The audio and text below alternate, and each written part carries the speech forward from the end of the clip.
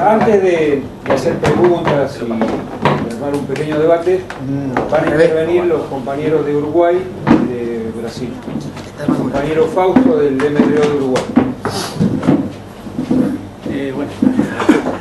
Buenas tardes, compañeros. Muchas gracias por la invitación, primero que nada.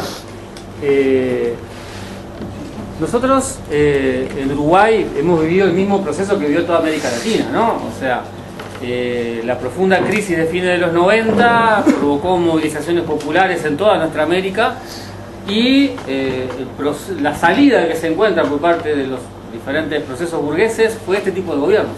Los Kirchner en Argentina, el Frente Amplio en Uruguay, bueno, Maduro en Venezuela, y así podemos seguir nombrando. Fue un proceso que se dio en toda nuestra América, donde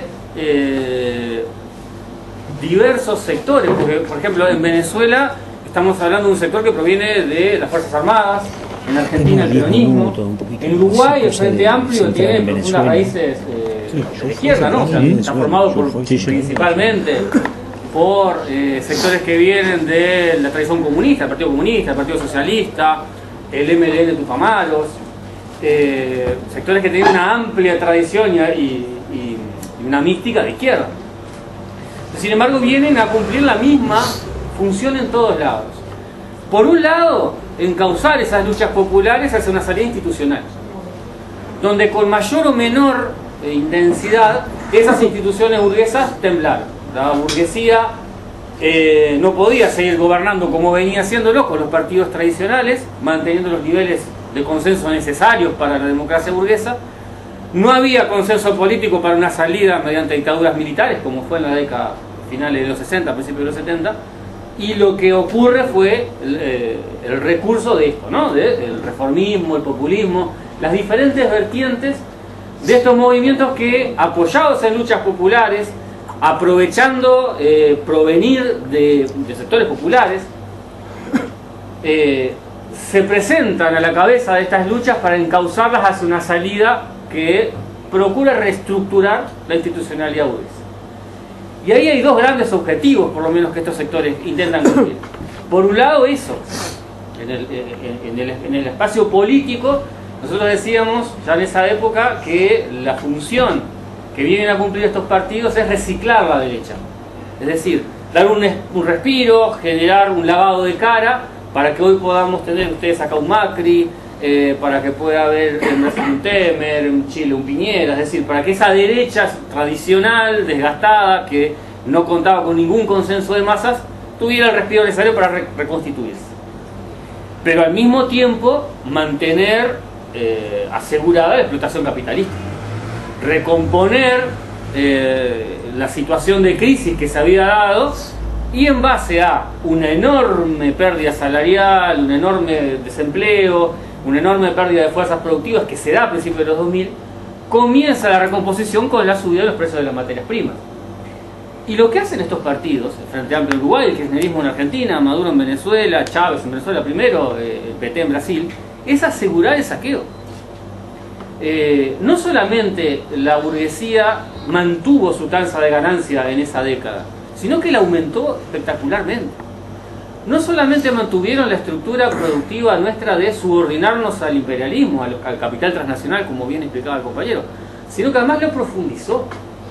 Las economías de nuestros países se primarizaron aún más, pasamos a depender mucho más de la monoexportación de ciertos productos de materias primas. Más allá de, en algunos casos, como pasa en Venezuela, o en mayor medida capaz que en Argentina y en Brasil, un mínimo desarrollo industrial, pero muy subsidiado y destinado a satisfacer ciertas necesidades de consumo muy específicas. En general lo que se dio fue una gran desindustrialización en nuestros países. Vinculado a eso, se da un enorme daño que se hace y una enorme derrota que se hace al movimiento popular a nivel ideológico. Estos sectores políticos, el kirchnerismo en Argentina, PT en Brasil, Maduro, el Frente Amplio, Mujica, por ejemplo, como figura emblemática del Frente Amplio Uruguay en este periodo, cumplen la función de bastardear la idea del socialismo, de bastardear la idea de la lucha de clases. Por ejemplo, Maduro con la idea del socialismo del siglo XXI, ¿no? O sea, el socialismo es distribuir mejoras sociales, mejorar la salud, mejorar la educación. Aparentemente no tiene nada que ver con ir a la estructura productiva, la forma de las relaciones de producción, a expropiar la burguesía, dicho en criollo. Eso no, o sea, no es más socialismo. En el caso uruguayo, por ejemplo, la figura de Mujica hasta el día de hoy es utilizada por la burguesía internacional. Mujica, para contextualizar, no todos lo tienen por qué conocer, fue uno de los dirigentes del MLN de Tupamaros en la década del 60, estuvo preso durante la dictadura. El MLN de Tupamaros levantó en su momento un programa antiimperialista, era un programa nacionalista, antiimperialista, no era socialista, donde enfrentó por las armas un gobierno altamente represivo, como fue el gobierno de Pacheco Areco durante el gobierno colorado, incluso desde antes. De ahí viene Mujica, viene Huidobro, viene Bonomi, gente que ocupó la presidencia de la República durante un periodo, pero que además ocupó el Ministerio de Defensa, actualmente ocupan el Ministerio del Interior. Son responsables, por ejemplo, directos, porque son los que están al mando de la tropa, de la permanencia de las tropas uruguayas en Haití y en el Congo, masacrando, violando, vejando a la población de esos países para asegurar el saqueo imperialista. Vienen de esa tradición. Y Mujica, un ex guerrillero, adopta, cuando llega al gobierno, un rol muy parecido, no sé si acá has conocido a Paulo Coelho, ¿no? Bueno, yo siempre digo que es una especie de Paulo Coelho de la política, ¿no? Tiene un discurso así, tipo frases que suenan muy lindo, pero que en realidad no dicen nada, pero que una y otra vez lo que están repitiendo es: la experiencia de los 60-70 no se puede repetir. Esa lucha, la guerrilla, todas esas cosas son problemas de juventud romántica que ya pasaron. Ahora hay que hacer la realidad, hay que desarrollar el capitalismo en serio. Mujica llegó a tener un programa en la televisión estatal alemana después que salió de la presidencia de Uruguay. Es uno de los que encabeza o que acompaña el proceso de paz en Colombia. Proceso de paz, la desmilitarización de la FARC, que permite la masacre abierta del pueblo colombiano por parte del Estado de ese país. Eso no es un proceso de paz. El chavismo, y acá volvemos al tema de Venezuela, si bien fue nefasto para el pueblo venezolano porque durante 10 años le dio la bonanza económica y después lo enterró de cabeza, fue profundamente nefasto para el resto de América Latina. El chavismo apoyó sistemáticamente a todos estos gobiernos, a los Kirchner, al Frente Amplio, a Lula, con guita, mucha plata, compró muchas voluntades. Y sobre todo metió un discurso en la izquierda de que es posible cambiar las cosas, cambiar la sociedad, llegar a eso que se llama socialismo supuestamente, sin hacer la revolución, sin que el pueblo derroque a la burguesía. Y esa influencia permanece hasta hoy. Y el problema que tienen muchos compañeros es que renegar de eso, o sea, asumir lo que es el chavismo, un proceso nacionalista burgués limitado, mucho más limitado. En Venezuela hubo procesos mucho más profundos nacionalistas en la década de 70, ¿sí? Puede ser atrevido al opinar, pero por ejemplo con la nacionalización del 100% del petróleo. Renegar de eso implica asumir la responsabilidad de que, bueno, hay que hacer la revolución para construir el socialismo, no se puede saltearse esa pequeña parte. En ese sentido, nosotros con los compañeros del FAR, con otros compañeros, compañeros de fogoneros, participamos en un espacio internacional que se llama la CGI, con compañeros de Chile también, que ya en el 2008, cuando hicimos un primer encuentro internacional, planteábamos un análisis de estos gobiernos, del chavismo, de Correa en Ecuador, de Evo Morales, de los Kirchner, del PT, y señalábamos, en el momento de auge, ¿no?, la limitación de estos procesos. Señalábamos a dónde iban a llegar estos procesos. Necesariamente iban a desembocar en esto, en reconstituir nuevos procesos de derecha, que en cuanto se acabara el auge de los precios de las materias primas, iban a dejar un país en peores condiciones económicas que lo que tomaron, y en un desarme ideológico de la clase obrera. Porque ante ese avance y el éxito que tuvieron en mejorar objetivamente las condiciones de vida de las masas durante un tiempo, la izquierda mayoritariamente capituló. Decían, bueno, no, hay que integrarnos porque no podemos quedar aislados de las masas. Y el miedo a quedarnos aislados de las masas nos llevó a que nos encontramos desarmados cuando esos procesos cayeron. Hoy en día estamos en América Latina ante un proceso de auge de luchas, de levantamiento del pueblo de vuelta, otra vez las organizaciones de izquierda estamos mucho más atrás que el pueblo. Porque no hicimos los deberes cuando teníamos que haberlo hecho.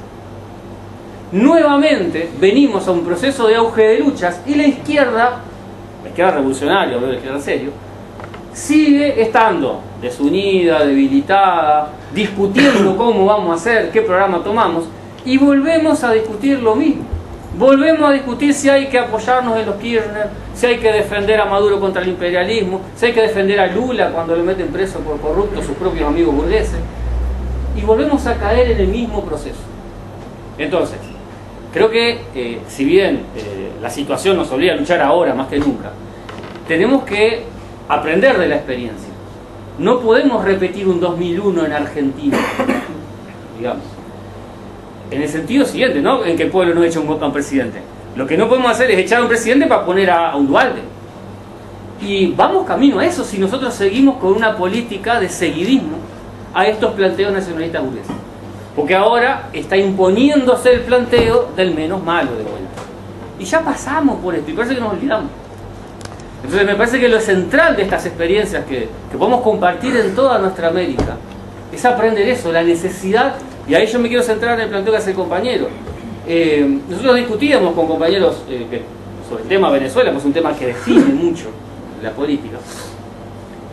El tema de la necesidad de un programa independiente de la clase obrera. Nosotros no nos vamos a meter sobre si los compañeros tienen que plantear fuera Maduro ahora o fuera Maduro dentro de 6 meses o plantear otra consigna. Lo tienen que resolver los compañeros que están militando en Venezuela. Ahora, lo que sí nosotros opinamos es que, sea cual sea el planteo, tiene que venir de un análisis propio y un programa propio. Y eso me parece que es central acá. En todos nuestros países la tarea central es, desde la izquierda, levantar un programa propio que dé soluciones concretas a los problemas concretos de la gente. Y ese programa no puede pasar por, bueno, veamos qué pasa en las elecciones dentro de 3 o 4 años, o 2 años o menos, sino cómo solucionamos ahora, qué perspectiva le damos a la lucha ahora, cómo organizamos ahora, con la perspectiva de construir poder popular y, bueno, avanzar hacia el socialismo.